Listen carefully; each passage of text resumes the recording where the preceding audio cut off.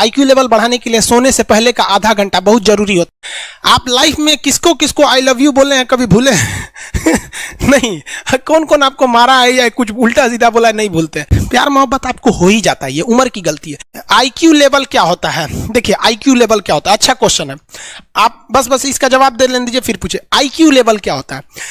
इस ब्रेन का सबसे महत्वपूर्ण हिस्सा जो होता है सेरिब्रम होता है। सेरिब्रम ही हमारे मेमोरी को कंट्रोल करके रखता है। जिसकी मेमोरी अच्छी होती है उसे पढ़ाई लिखाई की चीजें हर चीजें याद रहती हैं। तो इसको नापने का भी कोई ना कोई एक यूनिट होना चाहिए ना। जैसे हम आपको गेहूं देंगे तो तुरंत ही उसको किलो में नापिएगा, चावल देंगे तो किलो में नापिएगा, कपड़ा देंगे तो मीटर में नापिएगा, गैस देंगे तो वॉल्यूम में नापिएगा, एमएल में नापिएगा, लीटर में पानी नापिएगा। उसी तरह से हम कितना देर याद रखते हैं इसको कार्टेक्स में नापते हैं। जिसका कार्टेक्स ज्यादा उसको कहते हैं कि ससुरा बहुते इसका दिमाग तेज है, यानी इसका आईक्यू लेवल ज्यादा है। और जिसका कार्टेक्स यानी याद रखने की क्षमता कम है उसे कहते हैं कि इसका कार्टेक्स कम है, यानी आईक्यू लेवल इसका कम है। समझ में आ गया कि नहीं आ गया? किसी को दिक्कत? अब हम आपको एग्जांपल देते हैं। आपकी लाइफ में बहुत सारे टीचर आए होंगे। कुछ टीचर आपको नोट्स खोल के पढ़ाते हैं। कोनो किताब उताब नहीं है जी? हाँ, कोनो किताबें ना है, खाता बुक वे देना है, इसी को समझा देते। देखो एक हिसाब किताब वाला किताब है। दिवाली के समय हिसाब किताब फाइनल होता है ना सबका, सैलरी उलरी का। तो कुछ टीचर को देखिएगा ना तो ऐसे एक किताब लेके रखे रहेंगे लोग और इसी में देख के पढ़ा देंगे। बाबू देखो नर्वस सिस्टम का 2 पार्ट होता है, 2 ना 3 होता है। नर्वस सिस्टम का 3 पार्ट होता है। ऐसे लोगों का मतलब ये खाता बुक रख दो भाई, इसका हिसाब दिवाली में हो जाएगा। तो ये ऐसे लोगों का इस आईक्यू लेवल कम है। लेकिन कुछ लोगों को देखेंगे आप, उनको किताब उताब से मतलब नहीं होता। जैसे आप इलाहाबाद यूनिवर्सिटी कभी जाइए तो देखिए, या बड़े टीचर आईआईटी वगैरह जाएंगे, बहुत एकदम टीचर आते हैं आराम से, कोई नोट सोर्स कुछ नहीं, आया पढ़ा रहा है, चालू किया, एकदम मस्त इंजॉय करके चला गया। तो इनका आईक्यू लेवल ज्यादा होता है। आईक्यू लेवल बढ़ाने के लिए हम आपको बताए भी थे, दिमागीन खाइए अच्छा रहता है। एक ही तरह की सोच मत सोचिए, अच्छा रहता है। समझ आ गया? प्यार वगैरह के चक्कर में मत रहिए, अच्छा होता है।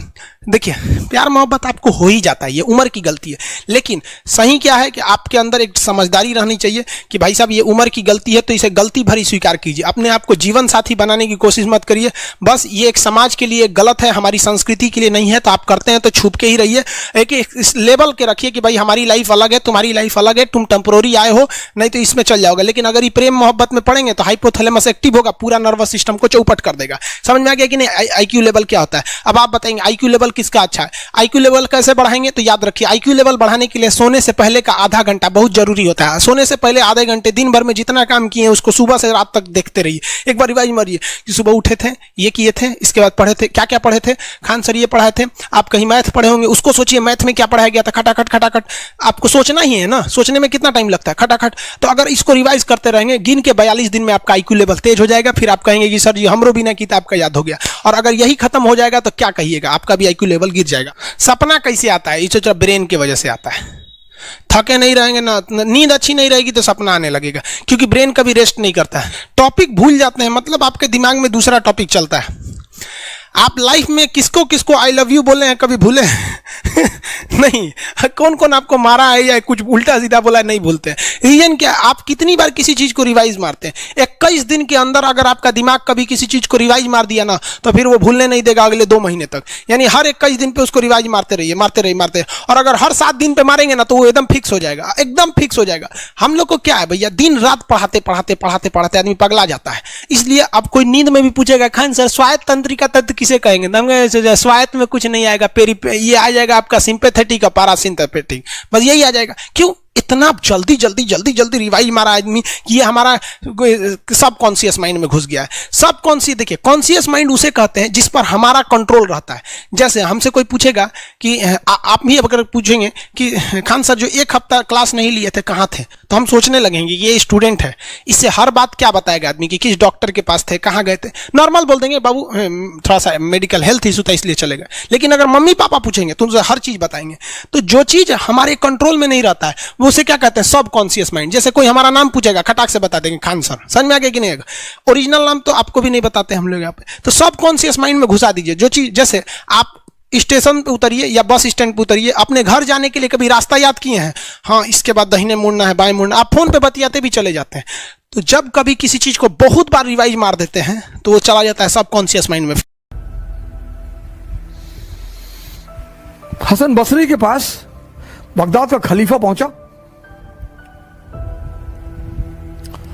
उसने कहा मुझे ज्ञान लेना है यार, मेरे पास सब कुछ है दुनिया का, मैं तब भी रोता रहता हूं और तुम्हारे पास कुछ भी नहीं है, तुम नाचते रहते हो, मुझे यह कला सीखनी है। बोला सिखा देंगे, हमें कौन सी दिक्कत, सिखा देंगे। बोला कल आना, कल सुबह आओ 6 बजे, हसन बसरी।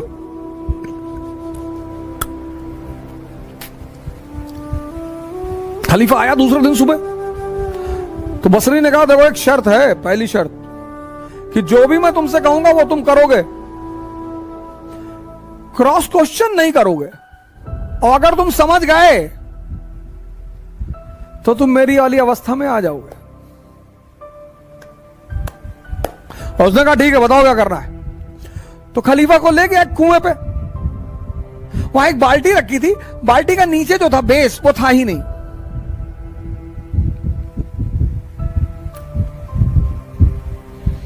बोला ऐसा करो, पानी भरो इसमें और खेत तक पहुंचाओ।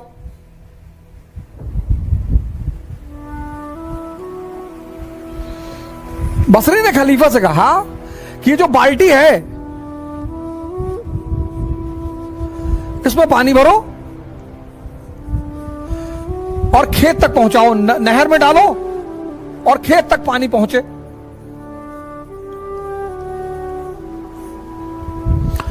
खलीफे ने कहा यार ये तो पागल आदमी है, इसमें भैया पानी कैसे भरेगा। लेकिन अब चूंकि शर्त का मामला था तो खलीफा ने पानी भरना शुरू किया। वो बाल्टी ऊपर आए ही ना, सारा पानी नीचे ही निकल जाए।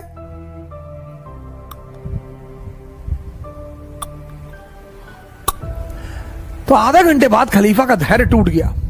उसने कहा भैया माफ करो भैया, हमसे ना, ये सब ये बाल्टी भरेगी नहीं, पागलपन वाली बात कर रहे हो। बोले बेटा यही तो कह रहा हूं, तुम्हारा मन जो है इस बिन पेंदी के बाल्टी की तरह है, किसी एक स्त्री पर यह नहीं रुकता, किसी एक पुरुष पर यह नहीं रुकता।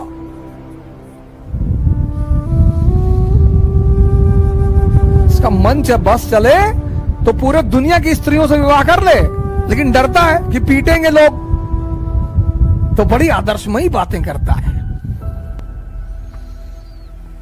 यार दूसरे की स्त्री को नहीं देखना चाहिए, और खुद आंख फाड़ के देख रहे हैं।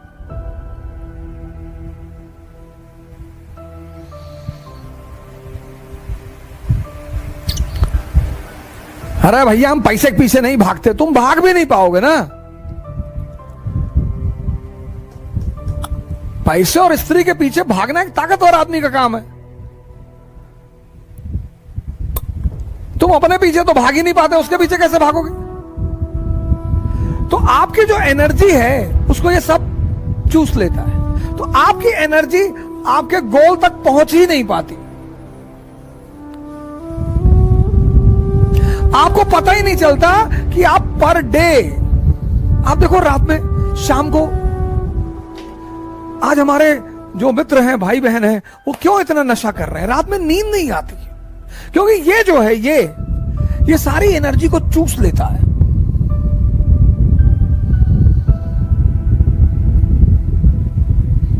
सारी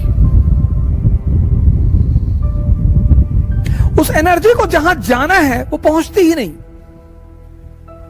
तो जब एनर्जी अपने गोल तक नहीं पहुंचती तो अचीवमेंट कुछ होगा ही नहीं।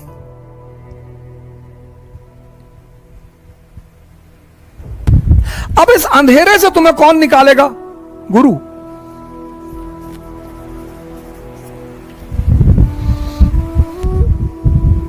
तो ये गुरु क्या करेगा? तुम्हें दीक्षा देगा, और दीक्षा देके तुम्हें कहेगा कि भैया, हाँ, आपने बोला हाँ, बोले भैया ध्यान करो,